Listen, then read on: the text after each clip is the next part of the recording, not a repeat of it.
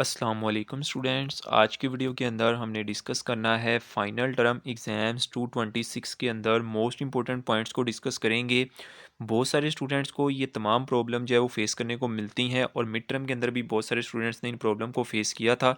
तो वीडियो बहुत ज़्यादा इंपॉर्टेंट होने वाली है। कोशिश कीजिएगा कि वीडियो को लास्ट तक लाजमी वॉच कीजिएगा ताकि इन तमाम प्रॉब्लम्स का आपको पता हो और आप इन तमाम प्रॉब्लम से सेव रह सकें। अब यहाँ पर हमारे पास जो सबसे पहली है वो है टाइम ड्यूरेशंस प्रॉब्लम। बहुत सारे स्टूडेंट्स को टाइम ड्यूरेशंस के अंदर प्रॉब्लम देखने को मिली थी और मिलेगी। और सेकंड नंबर पे सॉफ्टवेयर प्रॉब्लम, मिड टर्म के अंदर भी स्टूडेंट्स को ये प्रॉब्लम देखने को मिली थी। और लास्ट पे हमारे पास आ जाता है कि एग्जाम डाटा नॉट सेव और एग्जाम आपका जो है वो फिनिश हो जाता है। ये तमाम चीज़ें हम आज की वीडियो के अंदर डिस्कस करेंगे। अगर आपने हमारी व्हाट्सएप की कम्युनिटी को ज्वाइन किया हुआ था मिड टर्म से पहले या मिड टर्म के बाद, तो आपको इन तमाम चीज़ों का पता होगा, क्योंकि इन तमाम चीज़ों के ऊपर मैं कंप्लीट तफसील के साथ स्टूडेंट्स को आगाह करता रहता हूँ ताकि कोई भी प्रॉब्लम जो है वो स्टूडेंट्स को फेस करने को ना मिले। तो अगर आपने हमारी कम्युनिटी को ज्वाइन नहीं किया हो व्हाट्सएप के ऊपर, तो आप ज्वाइन कर सकते हैं। उसका लिंक मैं इसी वीडियो के डिस्क्रिप्शन में और फर्स्ट कमेंट बॉक्स के अंदर पिन कर देता हूँ, आप उसको ज्वाइन कर सकते हैं।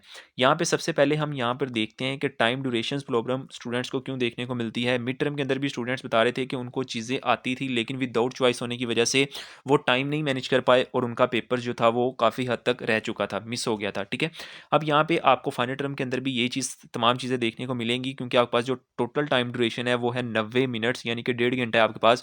और आपने विदाउट चीज़ें तमाम जो है वो कवर करनी है, यानी कि 33 MCQs हैं आपके पास, 4 शॉर्ट क्वेश्चन हैं और 3 लॉन्ग क्वेश्चन है। ठीक है, इनके अंदर कोई चॉइस नहीं है। आपने विदाउट चॉइस अपना टाइम जो है वो कंप्लीट करना है, क्योंकि बहुत सारे स्टूडेंट्स ऐसे होते हैं जिनको अपना लैपटॉप या पीसी उनके पास नहीं होता।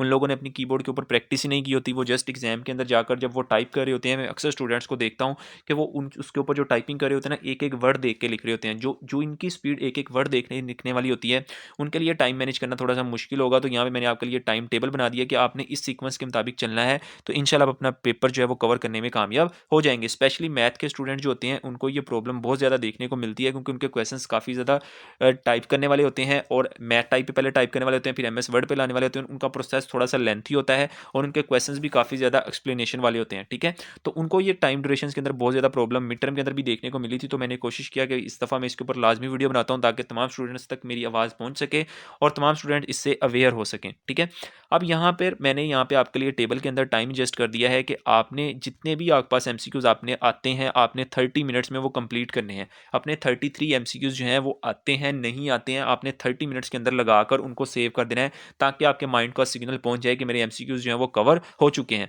उसके बाद नेक्स्ट जो 30 मिनट्स हैं वो आपने डिसाइड करना है कि आपको लॉन्ग क्वेश्चन आते हैं या शॉर्ट क्वेश्चन सबसे पहले आते हैं, तो आपने उनको टाइम देना है 30 मिनट्स। ठीक है, अगर आप तीनों पोर्शंस को 30 मिनट्स देते हैं तो इंशाल्लाह आप अपना पेपर जो है वो कवर करने में कामयाब हो जाएंगे। दूसरी सबसे बड़ी प्रॉब्लम ये है कि बहुत सारे कैंपसेस के अंदर इस दफ़ा उन लोगों ने स्नैपिंग टूल जो है वो स्टूडेंट्स को यूज़ नहीं करने दिया। फॉर एग्जांपल, जब आप एग्जाम सेंटर्स के अंदर जाते हैं तो वहाँ पे एक सुपरिटेंडेंट होता है और एक हेल्पर होता है।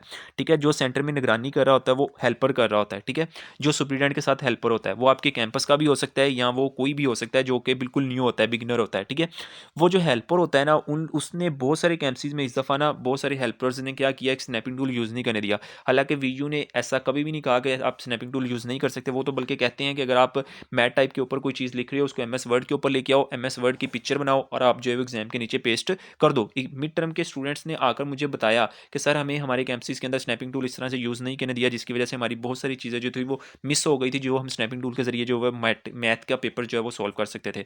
ठीक है, तो आपसे रिक्वेस्ट है कि जब आपने बहुत सारे उन लोगों ने बहस भी उनके साथ की कि हम स्नैपिंग टूल जो है वो यूज़ कर सकते हैं, इसके बगैर हमारा पेपर ही नहीं सॉल्व हो सकता। अगर हम डायरेक्ट यहाँ से कॉपी करते हैं तो वो एग्जाम के नीचे पेस्ट नहीं हो रहा। तो उन लोगों ने बहस करते करते अपना टाइम वेस्ट कर लिया। तो मैं आपको ये सजेस्ट करता हूँ, आपने बहस नहीं करनी जब वो आगे पीछे हों।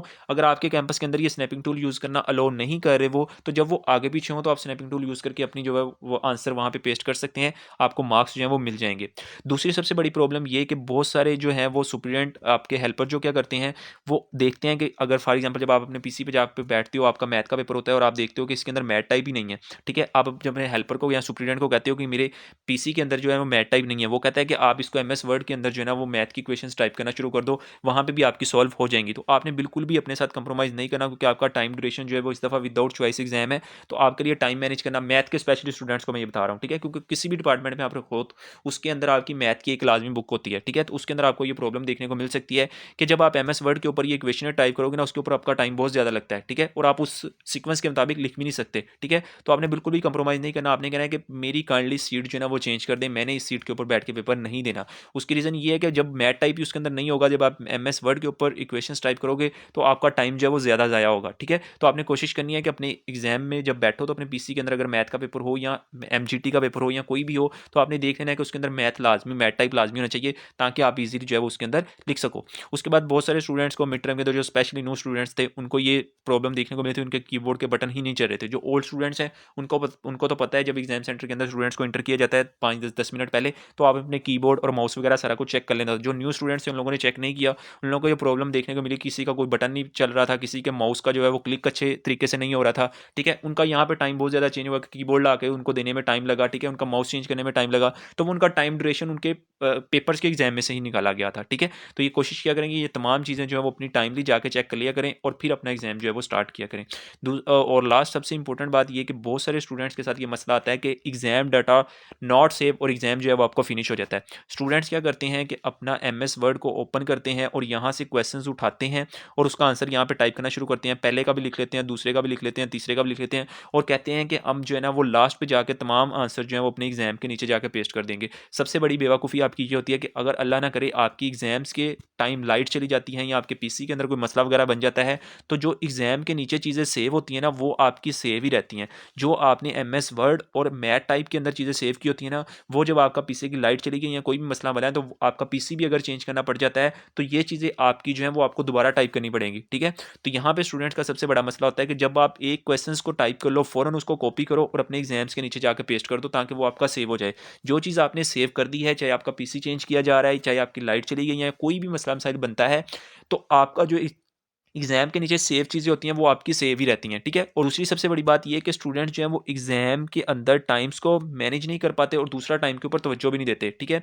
वो क्या करते हैं, तमाम क्वेश्चंस देख लिए, मैं एमएस वर्ड के ऊपर जो है ना वो टाइपिंग करते रहते हैं, लेकिन एग्जाम्स का टाइम नहीं देखते कि कितना टाइम पीछे जो रह गया, ठीक है। आप मैथ एमएस वर्ड के ऊपर जितनी मर्जी टाइपिंग करके रख लो, जब आपका एग्जाम टाइम फिनिश हो गया, आपका एग्जाम फिनिश हो गया, उसके बाद आपने एमएस वर्ड के ऊपर जो चीज़ें लिखी होंगी वो आपके किसी काम की नहीं होंगी, ठीक है। तो इसलिए मैं स्टूडेंट्स को कहता हूँ कि जो भी चीज़ हो आप टाइमली अपने एमएस वर्ड के नीचे पेस्ट करते रहा करें, और कोशिश किया करें ये जो अपना एग्जाम है वो 3 से 4 मिनट पहले आप अपना फिनिश कर दें, ठीक है।